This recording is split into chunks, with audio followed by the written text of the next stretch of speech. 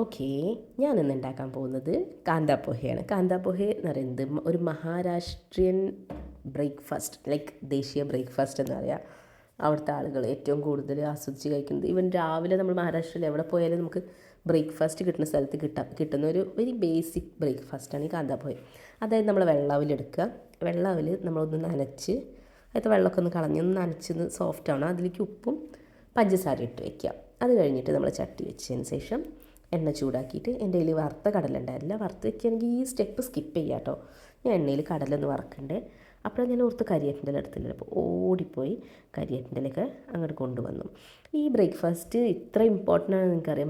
മഹാരാഷ്ട്രയിൽ നമ്മൾ കല്യാണം ഉറപ്പിക്കില്ലേ, കല്യാണം ഉറപ്പിക്കുന്നതിൽ അവർ ചെയ്യുന്ന ഒരു പ്രോഗ്രാമാണ് കാന്താപോഹ പ്രോഗ്രാം. കാന്താപോഹ പ്രോഗ്രാം ആണ് ഇൻവിറ്റേഷൻ കാർഡ് ഉണ്ടാവാറുണ്ട്. അതായത് നമ്മളവിടെ മുട്ടായി കൊടുത്ത് കല്യാണം ഉറപ്പിക്കില്ലേ, ആ ഒരു സംഭവമാണ്.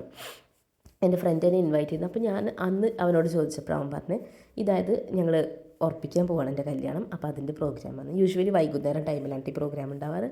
എന്തായാലും റെസിപ്പി ഞാൻ പറഞ്ഞുതരാം. ഈ കടല വറുത്ത് മാറ്റി വയ്ക്കുക.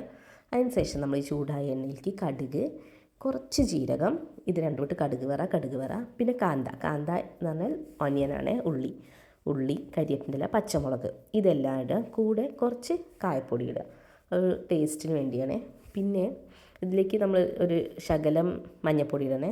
മഞ്ഞൾപ്പൊടിയൊക്കെ ഇട്ട് നന്നായി മിക്സ് ചെയ്തെടുക്കുക.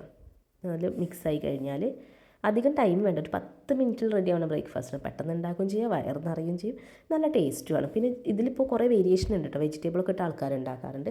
എന്തായാലും നിങ്ങൾ ബേസിക് റെസിപ്പി ട്രൈ ചെയ്ത് നോക്കൂ.